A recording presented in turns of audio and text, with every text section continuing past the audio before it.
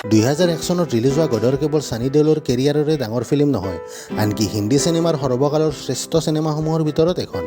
অনিল শৰ্মাৰ ডিৰেকশ্যনত নিৰ্মাণ হোৱা এই ফিল্মখনৰ কাহিনী ব্ৰিটিছ আৰ্মিত কৰ্মৰত থকা প্ৰাক্তন সৈনিক বুটা সিঙৰ জীৱনৰ ওপৰত নিৰ্মাণ কৰা হৈছিল।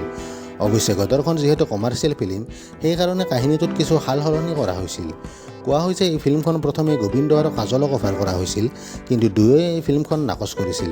তাৰ পিছত ডিৰেক্টৰ অনিল শৰ্মাই অভিনেতা ধৰ্মেন্দ্ৰৰ লগত গদৰ ফিল্মখনৰ কথা ডিছকাছ কৰে আৰু ছানী দেওলক মুখ্য অভিনেতা হিচাপে চিলেক্ট কৰে।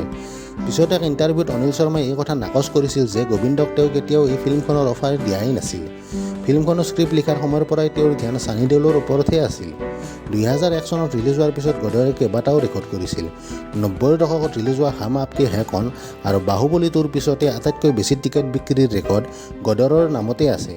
প্ৰায় 5 কোটি 5 লাখ টিকেট বিক্ৰী হোৱা এই ফিল্মখনে বক্স অফিচত 76 কোটি 88 লাখ টকা ইনকাম কৰিছিল, যিটো আজিৰ সময়ৰ টকাৰ হিচাপত বহুত বেছি। এই সময়ত ফিল্মখনৰ জনপ্ৰিয়তা ইমান বৃদ্ধি পাইছিল যে ৰাতিপুৱা 6 বজাৰ পৰাও চিনেমা হলত শ্ব' লগোৱা হৈছিল। ফিল্মখনৰ প্ৰথম অৱস্থাত এটা চিনত ষ্টিম ইঞ্জিনৰ ট্ৰেইন আপুনি নিশ্চয় দেখিছে। এই ট্ৰেইনখন দিল্লী ৰেলৱে মিউজিয়ামৰ পৰা লোৱা হৈছিল।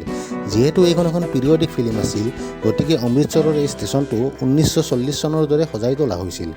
এনেকুৱা আন এটা ট্ৰেইনৰ চিনৰ শ্বুটিঙৰ সময়ত ডিৰেক্টৰ অনিল শৰ্মা খুব চিন্তিত হৈ পৰিছিল, কাৰণ আছিল তেওঁৰ ল'ৰা উৎকৰ্ষ শৰ্মা। বহুতে হয়তো নাজানে অমিষা পেটেল আৰু ছানী দেওলৰ পুত্ৰ হিচাপে ফিল্মখনত অনিল শৰ্মাৰ ল'ৰা উৎকৰ্ষে জিতে নামৰ সৰু ল'ৰাৰ চৰিত্ৰটিত অভিনয় কৰিছিল। ফিল্মখনৰ ক্লাইমেক্সত এটা চিন আছে য'ত ছানী দেওলৰ কান্ধত উৎকৰ্ষ থাকে আৰু ছানীয়ে ট্ৰেইনৰ এটা বগীৰ পৰা আন এটা বগীলৈ জঁপিয়াব ধৰে। সেই সময়ত ট্ৰেইনখন 40 কিলোমিটাৰ স্পীডত চলি আছিল, যাৰ বাবে নিজৰ ল'ৰাৰ জীৱনৰ প্ৰতি অনিল শৰ্মা খুব চিন্তিত হৈ পৰিছিল। অৱশ্যে এই চিনটো দুৰ্ঘটনা নোহোৱাকৈ সুকলমে হয়। ছানী দেওলৰ কেৰিয়াৰৰ আটাইতকৈ ডাঙৰ হিট গদৰখনৰ একেদিনাই আমিৰ খানৰ লগান মুক্তি পাইছিল আৰু এৱাৰ্ডৰ ক্ষেত্ৰত লগানে গদৰক হৰুৱাইছিল, কিন্তু বক্স অফিচ কালেকশ্যনত গদৰ বহুত আগত আছিল।